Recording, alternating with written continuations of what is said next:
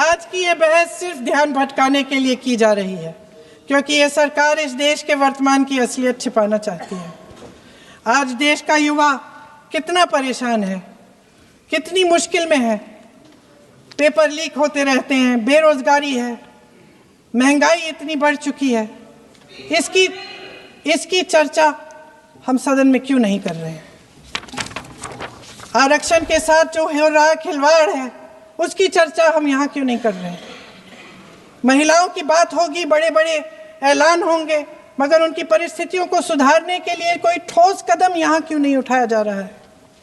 इन्हीं दरवाजों के बाहर खड़े होकर पत्रकार तरह आपने कहा कि आरोप मत लगाइए बगैर तथ्य के, तो मैं बोलूं कि नहीं बोलूं? नहीं, बिल्कुल नहीं।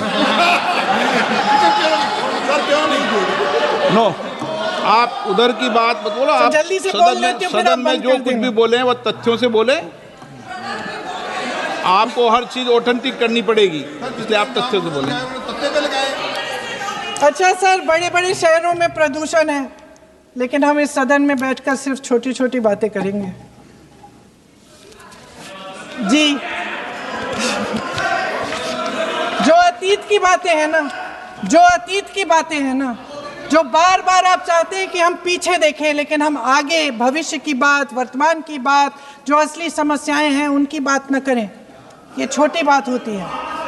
आप में हिम्मत है तो भविष्य की बात करिए, हिम्मत है तो बात करिए कि बेरोजगारी क्यों है, कि पेपर लीक क्यों होते हैं।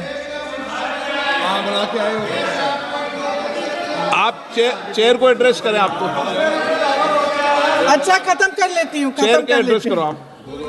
अध्यक्ष महोदय जी, सच्चाई ये है कि इनका शासन दमन का शासन है। इनकी राजनीति दिखावे की राजनीति है, इवेंट मैनेजमेंट की राजनीति है, चुनाव से चुनाव तक राजनीति है, तरह तरह के ध्यान भटकाने वाले मुद्दों की राजनीति है। वंदे मातरम इस देश की उन्हीं उम्मीदों की गुहार है जिन्हें आपका शासन हर रोज ठुकरा रहा है। आज भी सरहद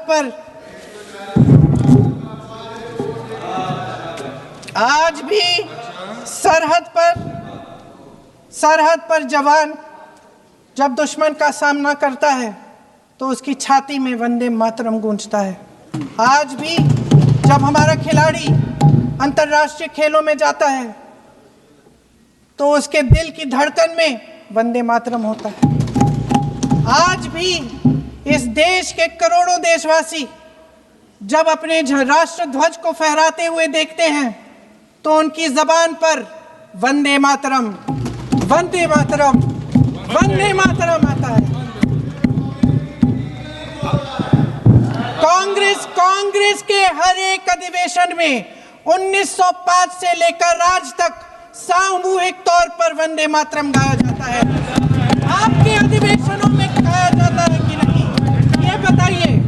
मैं पूछना चाहती हूं विपक्ष से, खास करके उस नेता से और कांग्रेस पार्टी से, कि धर्मनिरपेक्षता की आड़ में सांप्रदायिक ताकतों के आगे घुटने टेके कांग्रेस पार्टी ने, जिसने 1937 में त्रिदेवी यानी हमारी शक्ति की आवाहन वाले सभी छंदों को बेरहमी से वंदे मातरम से काट दिया, और आप हमसे पूछते हैं कि हम कितने सेक्युलर हैं। महोदया, जब ऐसे तुष्टीकरण की राजनीति के पटल पर वंदे मातरम की बलि चढ़ा दी थी, इसीलिए स्वर्गीय श्रीमती सुषमा स्वराज को 1996 में इसी सदन के पटल पर यह बोलना पड़ा, हाँ हम सांप्रदायिक हैं क्योंकि हम वंदे मातरम गाने की वकालत करते हैं, क्योंकि हम राष्ट्र ध्वज के सम्मान के लिए लड़ते हैं। महोदया, ये मोदी का नया भारत है। ये भारत वंदे मातरम के मूल मंत्र को आत्मसात ही नहीं करता, बल्कि ग्राउंड पर उसको चरितार्थ भी करता है। ये मोदी का नया भारत है, जहां पर बिन मांगे मैटरनिटी लीव को 12 से 26 हफ्ते बढ़ा दिया जाता है। ये है वंदे मातरम। ये मोदी का नया भारत है जो नारी शक्ति वंदन अधिनियम पारित कर कर महिलाओं के राजनीतिक सशक्तिकरण के लिए पथ प्रशस्त करता है। ये है वंदे मातरम।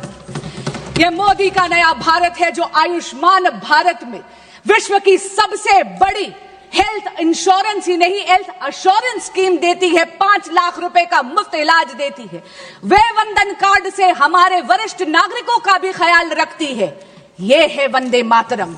ये मोदी का नया भारत है जो न्यूक्लियर एनर्जी और भारत की स्पेस को एकाधिकार यानी सरकारी एकाधिकार से निकालकर भारतीय की युवा शक्ति उसमें अपना योगदान दे पाए, इसके लिए उसको खोलती है। ये है वंदे मातरम। ये वंदे मातरम की पराकाष्ठा है कि मोदी के नए भारत में भारत की अर्थव्यवस्था 11वें नंबर से वैश्विक पटल पर 4थे नंबर पर आज आ गई। ये मोदी का नया भारत है जहां पर वंदे मातरम चरितार्थ होता है मेरे देश के युवा के लिए, जहां पर भारत की स्टार्टअप इकोनॉमी वैश्विक पटल पर 3rd लार्जेस्ट इकोसिस्टम बन जाता है। लेकिन आज मेरा मन बहुत व्यथित है।